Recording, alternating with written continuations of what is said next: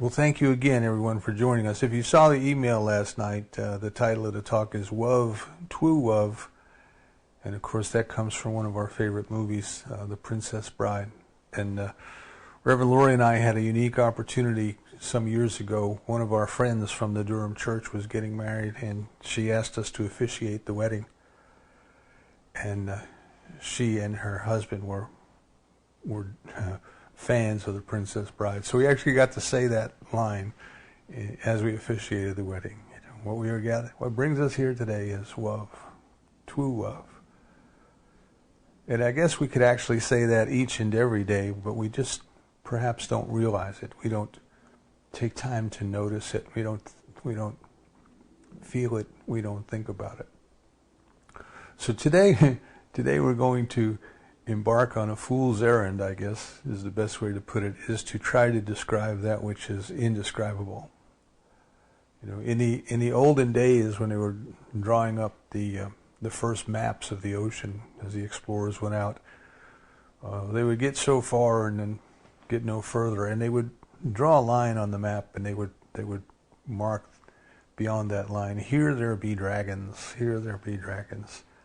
Of course, there weren't dragons there, but what that meant was beware. We don't know what's there. We can't explain what's there. We can't describe what's there. We've only been up to this line. And when we step into this trying to discuss and to describe and to intellectually analyze what love is, we have stepped into that area where there be dragons. We have stepped into the unknown and the unknowable. We have stepped into this thing called love. So we started the year, as we always do in January, with the thing itself. And I mentioned at that time that Dr. Holmes didn't use the word God. He used the term the thing because it causes us to stop. It causes us to think. It causes us to wonder, what do I really mean by that? What does it really mean to me? So if I were to use the word God on a Sunday and there were 100 people listening, there would probably be about 110 different definitions of what that meant, because it's something deep, it's something different, it's something personal to everyone. And as we start to think about it, maybe it has two meanings, maybe it has three meanings. So Dr. Holmes used the term the thing to get us to look at it differently. And perhaps we should do the same with the word love, Now, many, many years ago, before there was a Jack Parr, and before there was a Johnny Carson, and before there was a Jay Leno, and now I guess a Jimmy Fallon, The Tonight Show was hosted by Steve Allen. And one of the things that Steve Allen did was they would try to make up new words. They would try to find new words, just something that sounded interesting, and then come up with definitions of it, you know. And I don't know if anybody else is old enough to have seen that, but he had a great crew on there. Don Knotts was on there. Tom Poston was on there. Louis Nye was on there, and they would just kind of try to come up with different definitions for this nonsensical word. But perhaps if we made up a different word for love, it would cause us to stop and say, well, how would I define it? What does that really mean? What am I really even trying to say here? And I think what we will find is that what we are trying to say is not something you can say. It is ineffable. It is the ineffableness of life itself. But nevertheless, we try. And nevertheless, we grow up with opinions. We grow up with definitions. We grow up with, well, yeah, sure, I know what that is. But do we really, you know? And if you want an example of what I'm talking about, later today, just get on the internet and start looking up the definition of love. And pretty quickly you will go in a loop. You would just go in terms of one word being explained in terms of another word that's being explained in terms of the first word. Yeah. So one common definition that the dictionary will put out there, it is that love is a feeling of affection. And then you have to say, well, what is a feeling? What is a feeling? Well, we know what feelings are. We kind of experience feelings. But I don't know that you can actually kind of say this is what a feeling is. What a feeling is. Of course, at a much deeper level, this gets into what the scientists are calling the hard problem of consciousness. We talk about this in our Wednesday night groups fairly frequently. And what they mean by that is consciousness, as they mean it, is our ability to feel something. And yet the reason that it exists is not clear. Organically, why their assumption is that consciousness is a function of the brain as opposed to the other way around. But if there's a brain, and the brain creates consciousness, then how does the brain create emotion? And more importantly, from the standpoint of evolution, why would it create emotion? Why do we need to feel? Other creatures, as far as we know, may not feel the same things, and yet they survive without seemingly having these feelings. And on the other hand, some higher mammals, like elephants, for example, express emotion, or at least we interpret their behavior to express emotion. They mourn for their dead. So what is feeling? What is feeling? So the dictionary tells us that love is a feeling of affection. So the first thing we come to is, well, do we really even know what a feeling is? And then the second thing is, well, what is affection? What is affection? What do we mean by that? So if you try to go and look that up, it will tell you that affection is a fondness or a liking. And if you try to look up fondness or liking, they will tell you that it's an affection.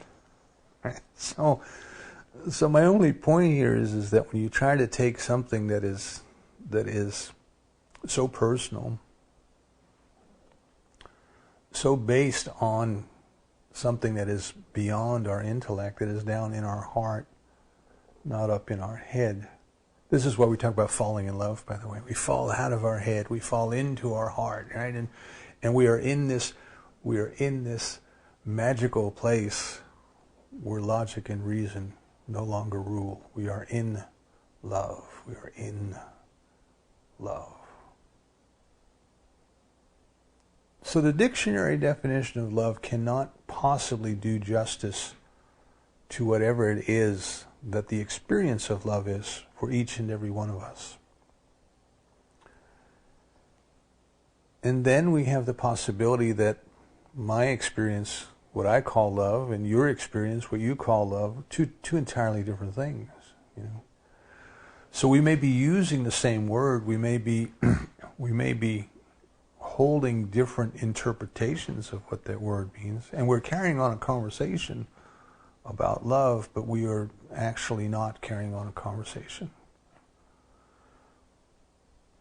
When we would teach communication skills, we would talk about the person who is going to speak has this concept or this idea that they want to communicate, and then they say something. And what they're thinking about and what they say may not entirely match up. They may not be able to find the words to express it. They may choose the wrong words. They may have incorrect definitions. All these kind of possibilities come in. But there's what they wanted to say, then there's what they said. And then that sound travels through the medium, whether it be the air or the telephone wires or wireless radio or whatever. That sound travels, and it can get distorted along the way. And then the receiver, the person at the other end, they hear something. Sound vibrates in their ear. They hear something. And then they have to interpret what they heard. So what the person wanted to say, what they said, what the other person actually heard, and then what the other person interpreted as a meaning, they could be four entirely different things. And the only way to find that out was to ask clarifying questions. Well, when you said this, I think you meant that. Is that what you meant? Those kind of things that we would teach in communication skills. So love is kind of that way, and we have to be careful with that because we're coming into Valentine's Day, and Valentine's Day is a holiday all about love. But what kind of love? what definition of love, what experience of love. Are there different kinds of love? Or is there only one love expressing itself many different ways? So now we've kind of established the fact that love is not an intellectual exercise, as God is not an intellectual exercise. But love is more of an experience that we have. Now we can say, well, who cares? Why is that important? What does that got to do with our spiritual growth? And we're told in scriptures that love is most important. Most important. In fact, we are told that God is love, and if you don't know love, you don't know God. We're also told that perfect love casts out all fear. So I want you to think about that. If perfect love casts out all fear, and God is love, right, then where we see fear, where we experience fear, there's a lack of love. There's a perceived absence of God. Not that a real absence is possible, but a perceived absence. There's a separation in consciousness. So do we wish to go through our lives without living in fear? Well, yes, we do. Well, then love would seem to be the solution. But what kind of love? See, what kind of love? Many different definitions of love, many different experiences of love, and even people who are afraid will tell you that they're in love, or that they're experiencing love. And yet, if the statement in the scripture is literally true, then the love that they are experiencing and the type of love that is perfect love that casts out all fear, the perfect love that is God, there must be a difference, you see. There must be a difference. So a very simplistic way of putting it then is that in our spiritual growth, what it is that we are trying to do is we are trying to experience this perfect love, which is God. That's what we're trying to do. Now, in our human experience, we find love expressing itself in many different ways. The Greeks give us 4 different terms for love. They talk about the love of friends. I think when we were reading Eric Fromm a month or so ago in our Wednesday night group, he talked about buddy love, and I think of that when the children were small, when they were, maybe around preschool age, and they started to have friends, and then suddenly, someone amongst the peer group of friends became their dear buddy. Their dear buddy, that was their buddy. That was their friend. They wanted to go to school with their friend. They wanted to come home with their friend. They wanted to eat lunch with their friend. Whatever they were doing, if you gave them something, they would save half of it for their friend, for their buddy. That's the way they were. They would walk down the street together and they would hold hands, or they would put their arms around one another, and they would just display affection because this was their bosom buddy. Right? So the Greeks give us this word for filial love or friendship love. And then there's the love that we experience in the family, which is probably our first experience of what is called love.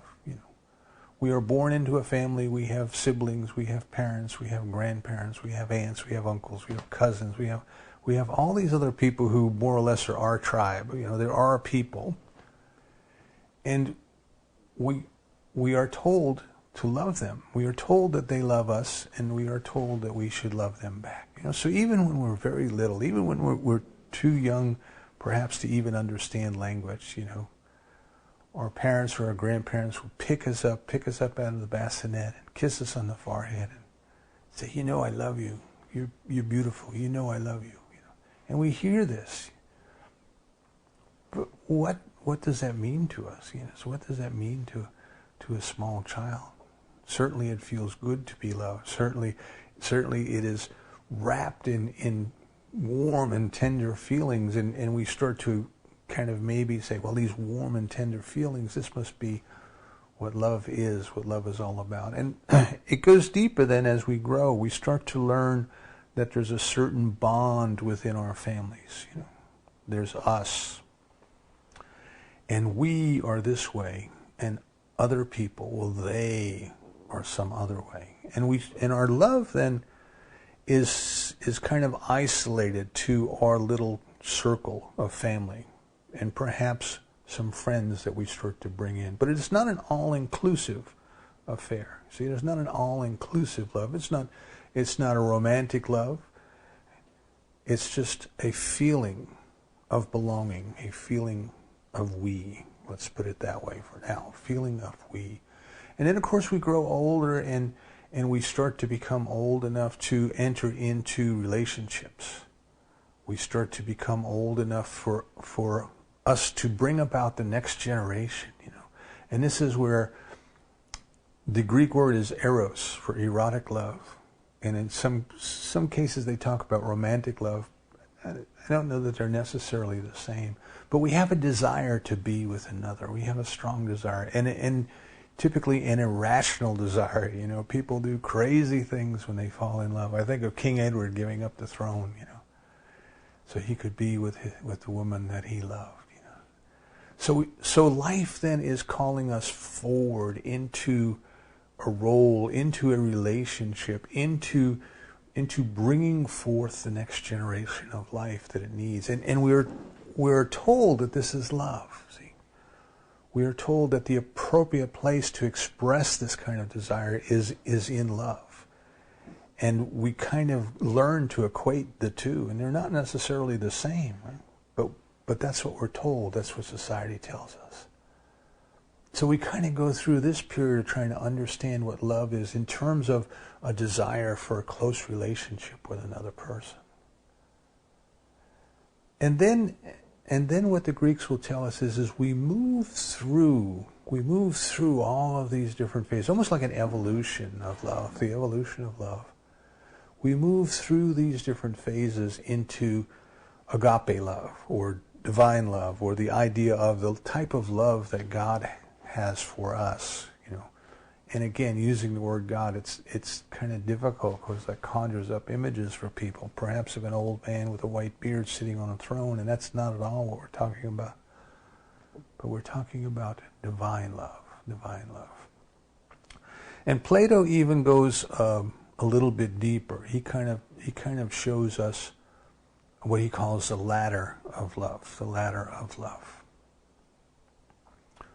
So we might start out with a deep attraction to another person that we call love. We recognize it as love. But then we start to recognize that this person is a symbol of something to us, perhaps beauty. So my love is beautiful. And I just can sit for hours and drink in her beauty. And I start to realize then that my love is for beauty. My experience of love is the experience of beauty. That where I experience beauty, I experience love. And then I can begin to appreciate beauty in other ways, in other places, in nature, in art, in science, you know, in other people, in the smile of a child, no matter whose child it is, you know. Doesn't have to just be of my tribe, you know, of my family, one of my cousins or nieces or nephews or one of my own children. But it's just the beauty of a smile of a child. And I feel this thing called love. And then we kind of move up that ladder of love, and we come to the realization that this beauty that we are experiencing is an aspect of God. Now, you'll hear us talk about the 7 main aspects of God, and beauty being one of them. And then I start to realize, and I say, oh my goodness, what I love about my beloved is the very beauty that is God, shining through them, flowing through them, expressing through them. See, and then my love kind of moves up from the human kind of idea of love and role and relationship and it kind of moves up to this agape love, this divine love, this love that is just love for the sake of loving. Okay?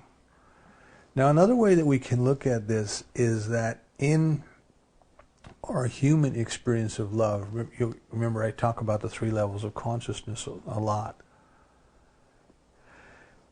And we can see how at the different levels of consciousness, the human idea of love might express itself differently, or might experience itself differently, might be a better way of putting it. So when we are existing, when we are living at the level of consciousness that is called level 1 consciousness, everything's transactional to us.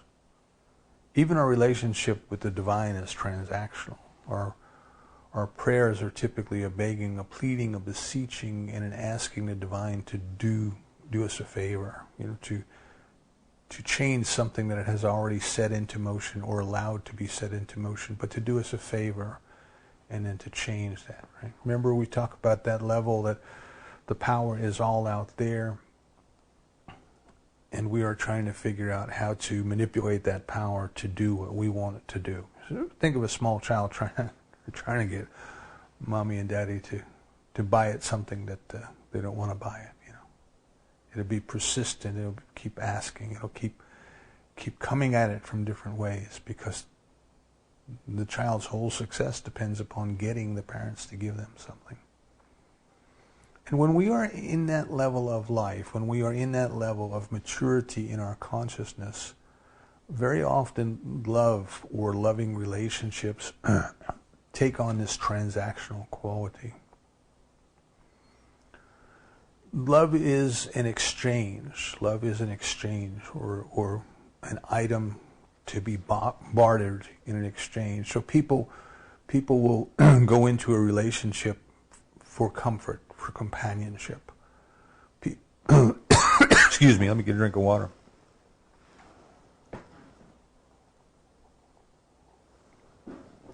People will go into a relationship for security. Marry somebody who can provide, marry somebody who can protect, those kind of things. People will go into a relationship because they have a need, some kind of a need that needs to be fulfilled, and somehow being in this relationship can fulfill that need. When we look back on history of the monarchies in Europe, you can see that marriages were prearranged in order to fulfill some need of the governments.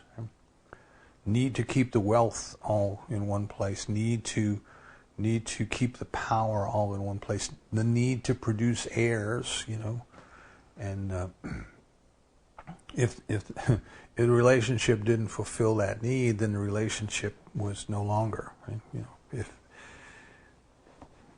If, for example, the need was to produce an heir and that relationship couldn't produce an heir, well then the monarch was allowed to go outside that relationship because the need was for the heir. So we kind of, when we're at that level of consciousness, the relationships that we kind of enter into are need-based relationships. They're transactional relationships. There's an exchange. I love you, you love me back.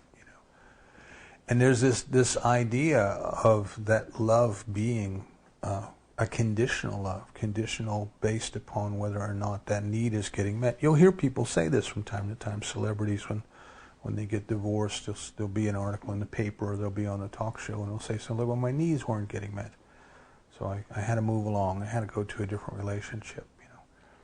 So if our level of consciousness is one about trying to get our needs met, then our definition of love and our expression of love tends to take on that type of a quality.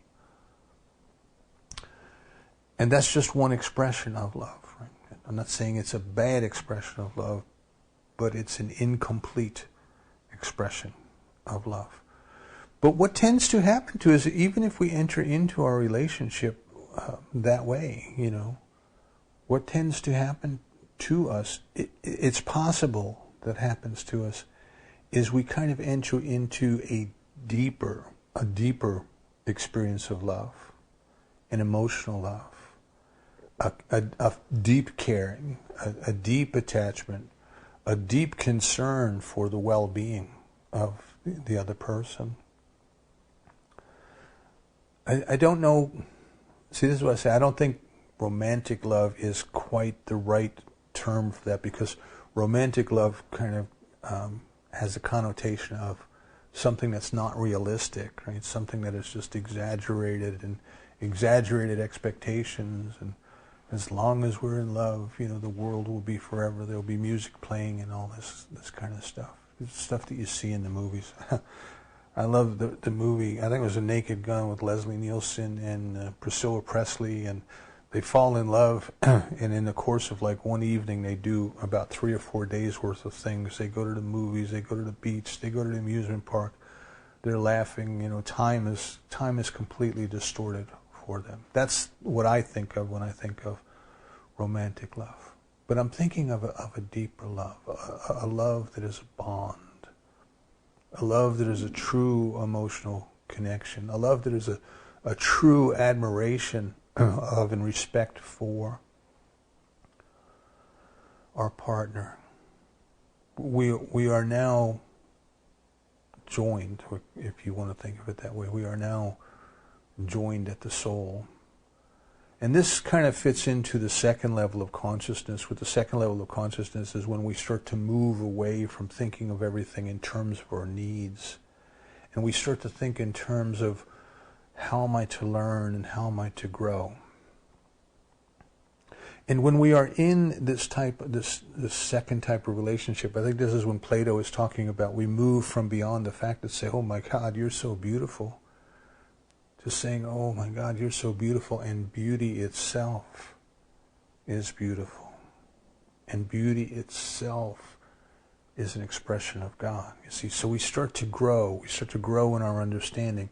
And we also start to grow in our desire to give, in our desire to be useful and of service, you see. And now rather than thinking about how needs can get met, you know, is this a fair transactional relationship, you know? Now we start to think about, how can I serve my beloved? How can I help my beloved enjoy the fullness of life, experience the fullness of life, express the fullness of life?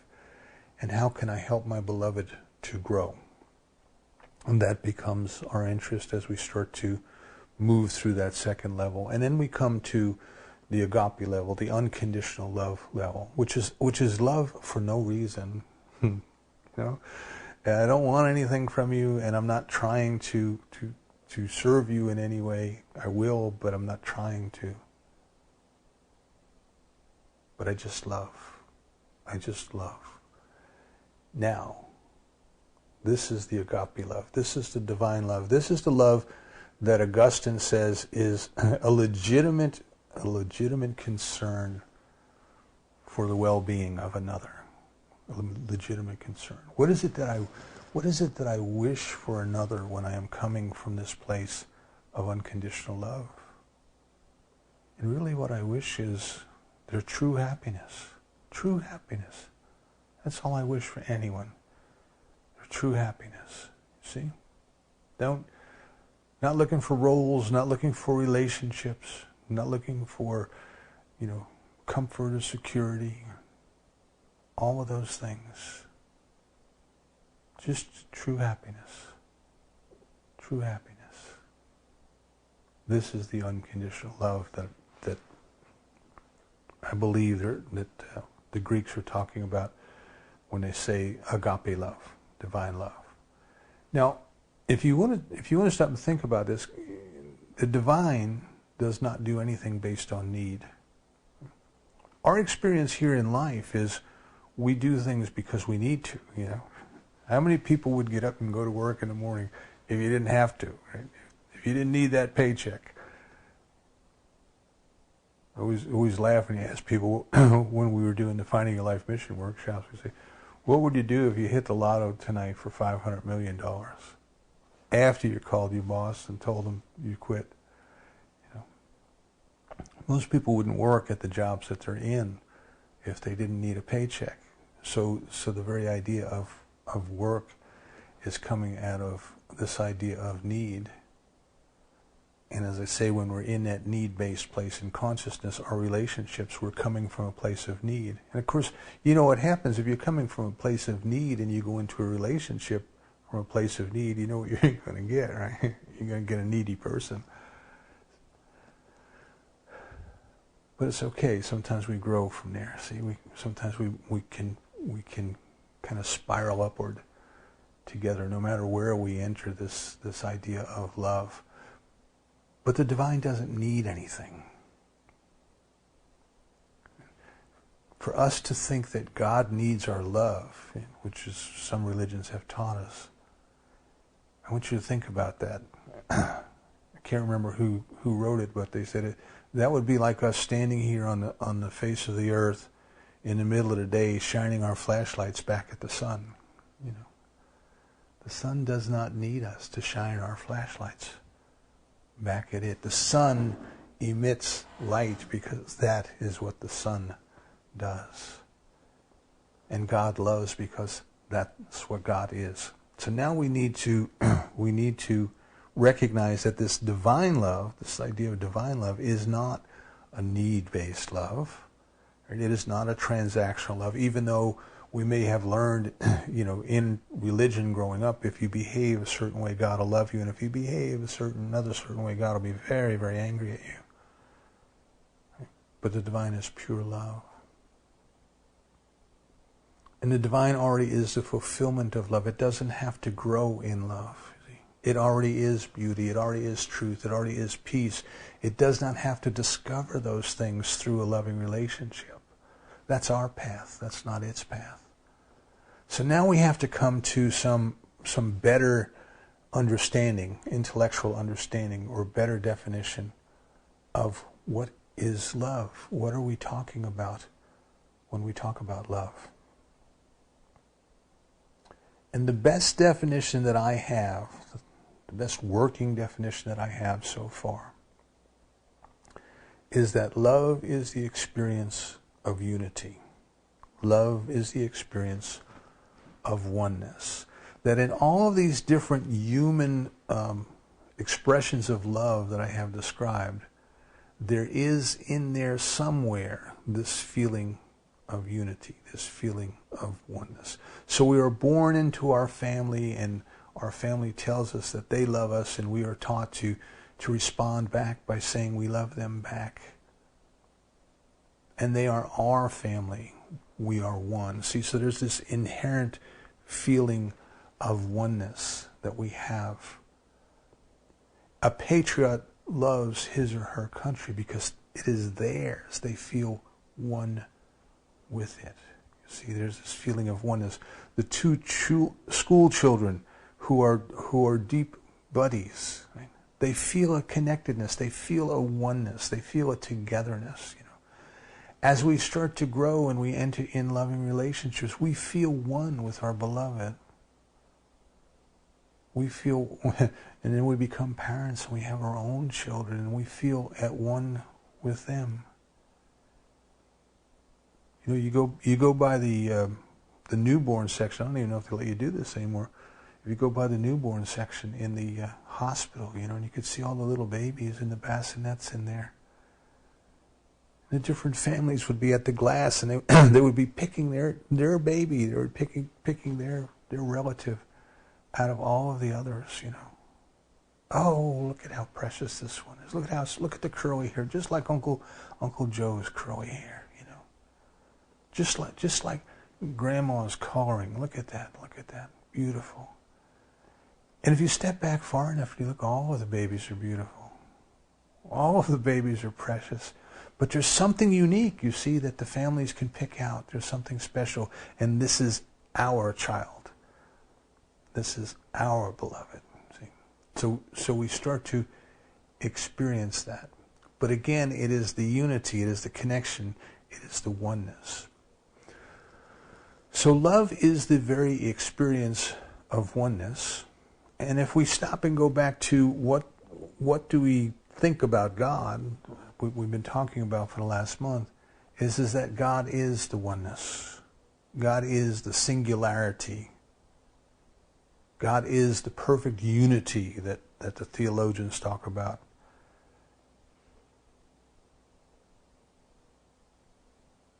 So this perfect unity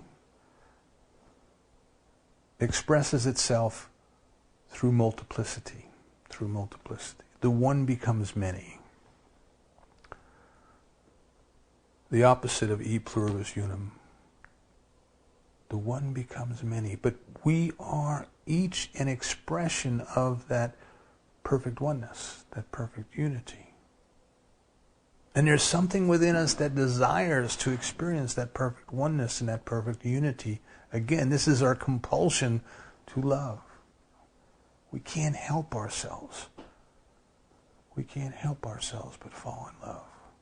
We can't help ourselves but to love our friends, our family, our pets. There's something within us that is fulfilling itself through us loving.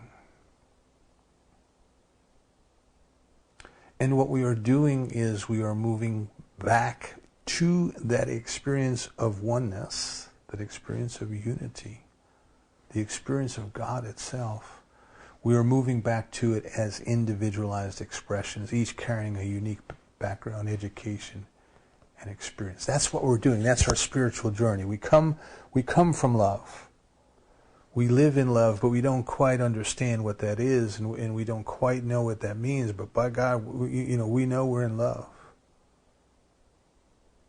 And we are moving into this agape love, this complete unconditional love, this love without separation. So when we start with our family, we're starting with the people right around us, and we are saying, these are the people I love, but all those other people out there, well, I'm not so sure about them. See? How might the divine love?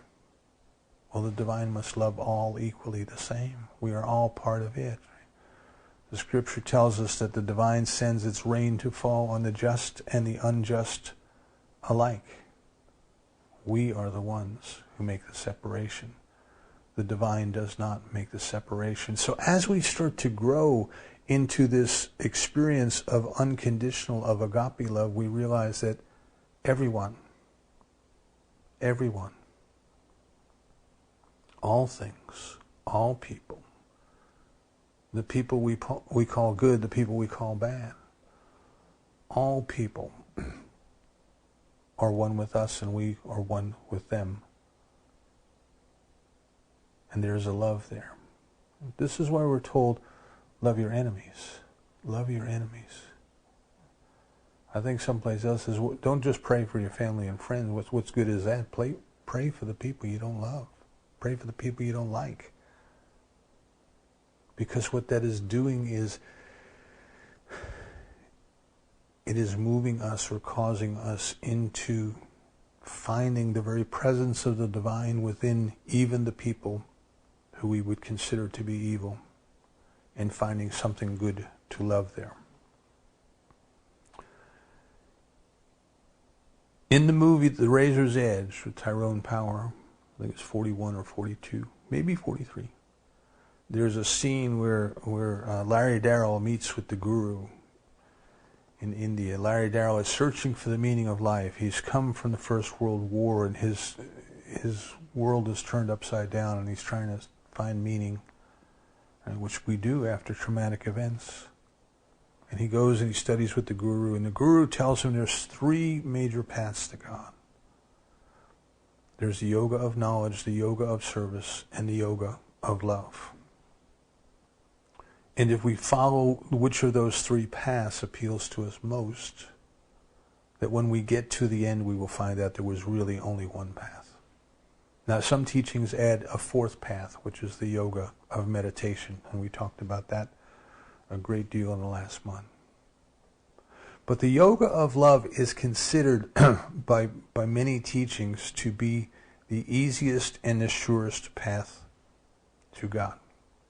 Remember, we're not physically traveling to God. Right? God is already here. The divine is already here. the path that we're traveling is we are removing the ideas of separation in our consciousness. We believe that we are separated from one another. We believe that we are separated from God.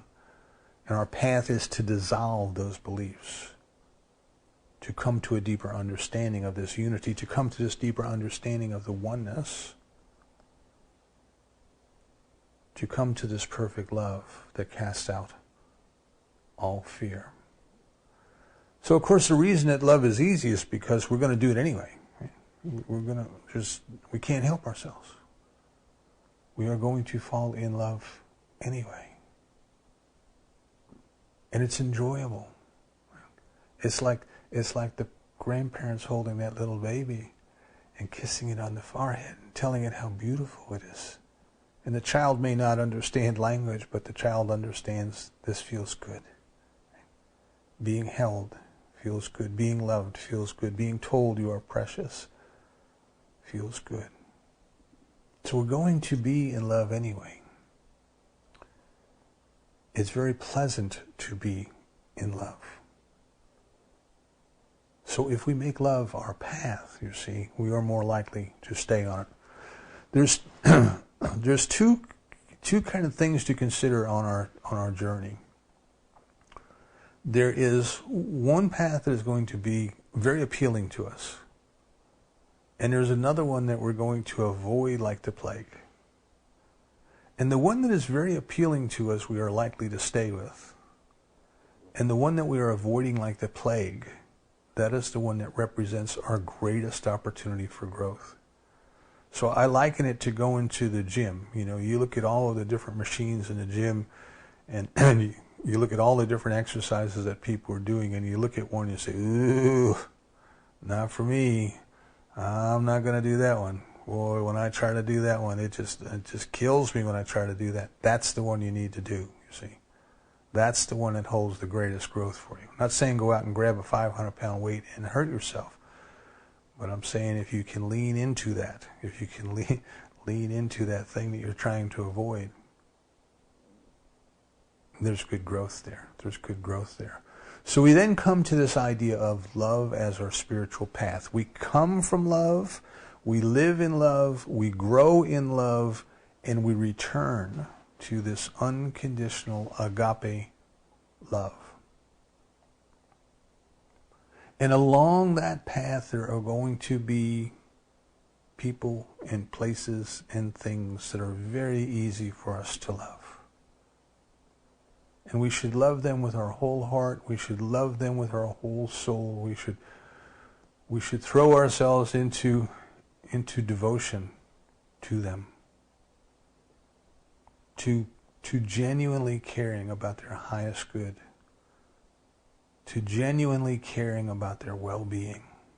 Because in doing so, I hope you can feel it as we're talking, and in doing so, we feel this opening within us where there is something flowing through us, something that we, for lack of a better term, will call love, but there's this feeling of oneness and unity and connectedness when we devote ourselves to others and to their well-being.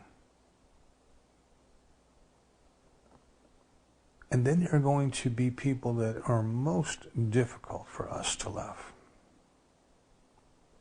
Probably because we fear them.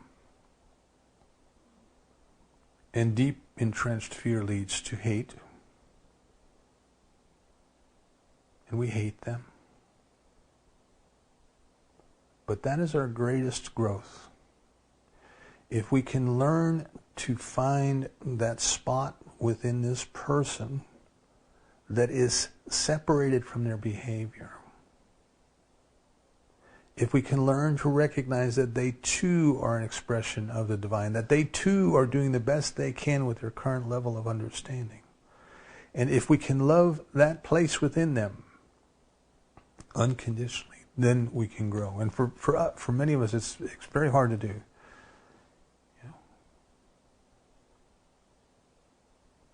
But I think we must try to find, maybe don't go to the person that you're having the most trouble with, but kind of pick somebody halfway in the middle, you know. It's easy for me to love this person. Right now it's impossible for me to love this person. This person, maybe with a little work, I could get there. Start there, you see.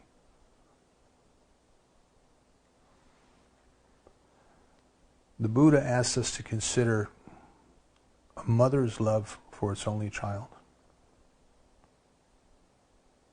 There's not anything a mother wouldn't do for her only child.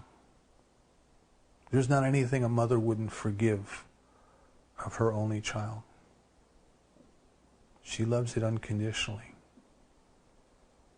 And he went on to say that we need to learn to love each other in the same manner, particularly those who would do us harm, particularly those we fear. We have to learn to be that unconditional love. And that is our growth. And that's why love is not only so important, but I would say that love is most important. Because if there's a path of wisdom and a path of service and a path of meditation, I think love is the impulsion that drives us along each of those paths. And as we open our hearts to love, naturally we want to know more about our beloved. If we open our hearts to love, naturally we want to be of more service to our beloved. And if we open our hearts to love, naturally we want to spend more time in meditation with our beloved. Augustine, if you read the biography, the Confessions of Augustine, Augustine went through an evolution. And there was a time in his life where he started to recognize this desire to know more of the divine. But he wasn't ready yet. He wasn't ready. And there's a famous quote that says, "O Lord, make me good, but not yet. But not yet." Right? The desire was welling up within him. The spirit was willing. The flesh was weak. He was still having a good time out there in the physical world. But this love kept calling. This love kept persisting. And finally, he wrote his famous chapter on the love of God. And in it he says, finally there is one commandment. Love and do what you will. I think it's so beautiful. He didn't say love God and do what you will. He didn't say love your neighbor and do what you will. He said love. Love. Because if you know love, unconditional love, it needs no further explanation. In the Old Testament, in the Torah, we're told that the core commandment was love your neighbor as yourself. When Jesus was saying the two great commandments, love your neighbor as yourself, love Lord your God with your whole heart and your whole soul, he was restating, right? Love. And then we get Augustine who tells us love. So as you go into Valentine's Day this year, as you buy your chocolate and your flowers and make arrangements for your special dinners and all of the things that we do to show another that we love them, that we care for them, I invite you to consider the ladder of love. That we love this person. We love their kindness. We love their beauty. We love their wit. We love their charm. We love everything about them. And these very qualities that we love are qualities of the divine. And what we are really loving is that they are an expression of the divine life. That when we gaze into their eyes, we feel the very presence of God looking back at us. Let's climb that ladder. Let's spiral up that ladder. Let's ascend together from where we are to the experience of perfect, unconditional love. Let's start in the mirror so we have something to give. Because that very presence of the divine is within each and every one of us. And it is that very presence of the divine that is within us that is loving another. God loves you by means of me. God loves me by means of you. God loves itself as we love each other. Let's go forward in this act of sacred love as we truly enjoy this year of being in love. And so it is.